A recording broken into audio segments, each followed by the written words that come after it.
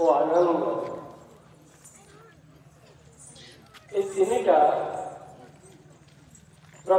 ସଫଳ ମଣିଷ ପାଇଁ ସର୍ବଶ୍ରେଷ୍ଠ ପ୍ରୟୋଜନ। ଆଜି ଆନନ୍ଦ କଥା ଆମେମାନେ ଆମ ମାଟିରେ ଆମ ଜିଲ୍ଲା ଆମ ପ୍ରଦେଶ ଆମ ଦେଶର ଗୌରବ ସହିତ ସାମିଲ ହେବା ପାଇଁ ଆମେ ଆମର ହାତକୁ ବଢ଼ାଉଛୁ। ଏକ ସୌଭାଗ୍ୟ ଏଭଳି ଏକ ପରିବେଶ ଯେଉଁ ସ୍ରଷ୍ଟା ପୁରୁଷମାନେ ହ୍ୟାଲୋ ହ୍ୟାଲୋ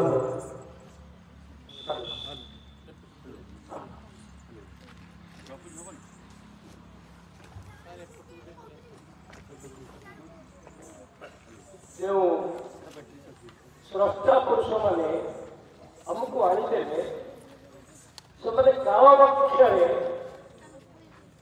ଏକ ଐତିହାସିକ ଗୌରବ ହେଇଗଲେ।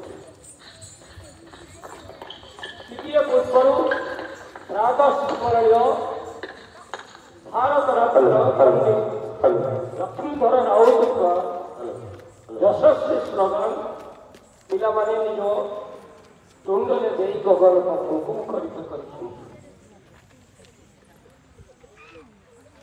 ମୟୂରଭଞ୍ଜ ଏକ କଳାର ମାଟି ଏକ ସଂସ୍କୃତିର ମାଟି। ଆମେ ଖାଲି ଇତିହାସ ଦୃଷ୍ଟିରୁ ଏଇ କଥାଟା କହି ବୋଲିଲେ କିଛି ହେବ ନାହିଁ। ଇତିହାସ ସହିତ ଗୋଟେ ଇତିହାସ ଯୋଡ଼ିବା ପାଇଁ ଆମର ପ୍ରୟାସକୁ ଆଗେଇ ନେବା ପାଇଁ ଯୋଡ଼ିଏ କାନ୍ଧର ସମନ୍ୱୟ ଦରକାର। ସେ ଯୋଡ଼ିଏ କାନ୍ଧ ଡକ୍ଟର କୁମାର ବାବୁଲି ଏବଂ ଶ୍ରୀମତୀ ସୂର୍ଯ୍ୟକାନ୍ତି ପ୍ରଧାନ।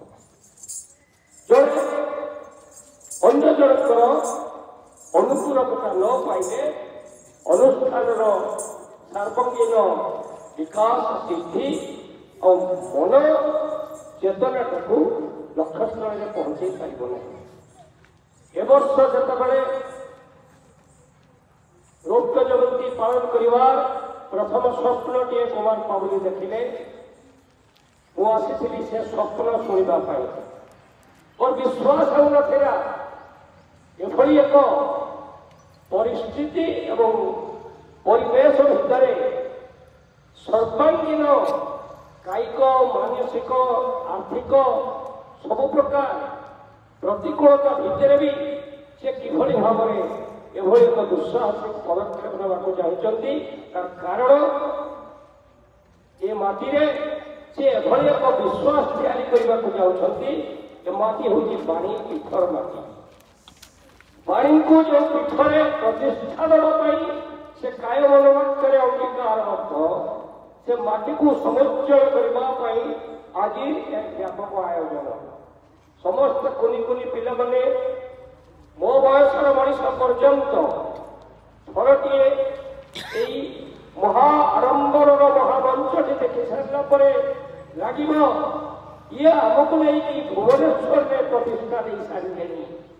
ଆମର ଶିକ୍ଷା ଆମର ସାମଗ୍ରିକ ବିକାଶ ଆମର ଚିତ୍ତ ସମୃଦ୍ଧି ଆମର ବାର୍ଷିକ ପ୍ରତିକ୍ରିୟା ଚରିତ୍ର ନିର୍ମାଣ ନିଷ୍ଠା ବିବେକ ଆନନ୍ଦ এই যে বিদ্যালয় বিবেকানন্দ বিদ্যালয় প্রত্যেক ছাত্রଙ୍କୁ বিবেকানন্দଙ୍କ পরি ନିର୍ଭୀକ ନିଷ୍ଠାବାନ ଚରିତ୍ରବାନ କରି ଗଢ଼ିବା ପାଇଁ ଏ ଯେଉଁ ପ୍ରୟାସ ଏକ ନିଶ୍ଚିତ ଭାବରେ ଏକ ଅନୁକୂଳ ପ୍ରୟାସ। ଆଜି ଆନୁଷ୍ଠାନିକ ଭାବରେ ଅନୁଷ୍ଠାନର ପତାକାକୁ ଉନ୍ମୋଚନ କରି ଉତ୍ତୋଳନ କରି ଏ ଅନୁଷ୍ଠାନର ସର୍ବାଙ୍ଗୀନ ଉନ୍ନତି ବିକାଶ ସମୃଦ୍ଧି ସ୍ୱପ୍ନ ଅନ୍ୟମାନଙ୍କୁ ବାଣ୍ଟିବା ପାଇଁ ମୁଁ ଏହାକୁ ଆନୁଷ୍ଠାନିକ ଭାବରେ ଉନ୍ମୋଚନ କରୁଛି। ଯେତେ କହିଲେ ବି ବାଣୀ ଅଧରା ରହିଯିବ ନ କହିଲେ ବି ନିଜକୁ କ୍ଷମା ମିଳିବ ନାହିଁ। ଶରୀର ସମ୍ପୂର୍ଣ୍ଣ ଭାବରେ ଅସୁସ୍ଥ କଥା ଆପଣମାନଙ୍କୁ କହିବାର ମୋର ଅବକାଶ ନାହିଁ।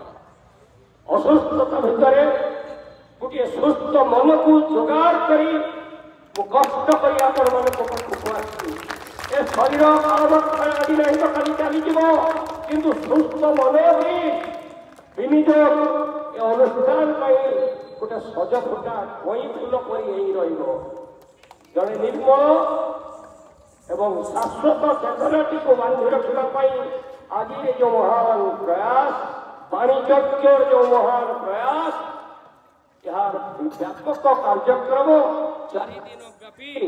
ତେଣୁ ମୁଁ ଭାବୁଛି ଏ କାର୍ଯ୍ୟକ୍ରମକୁ ଗୁଣ୍ଡିଚି ମୂଷା ଭଳି ଆପଣମାନେ ସମସ୍ତେ ସ୍ନେହ ଶ୍ରଦ୍ଧା ଗର୍ବ ସହିତ ତାକୁ ସଫଳ କରନ୍ତୁ। ଏବଂ ଯେଉଁ ଅତିଥିମାନେ ଆସିବେ ସେମାନେ ମାଟିରେ ଯେମିତି ଦେଖିକି ଯିବେ, ଏ ମାଟି ଏକ ସ୍ୱର୍ଣ୍ଣପ୍ରସୂ ମାଟି, ଏ ମାଟି କୌଣସି ଦିଗରୁ ନିକୃଷ୍ଟ ନୁହେଁ। ଏ ହଉଛି ବାଣୀପୀଠର ମାଟି।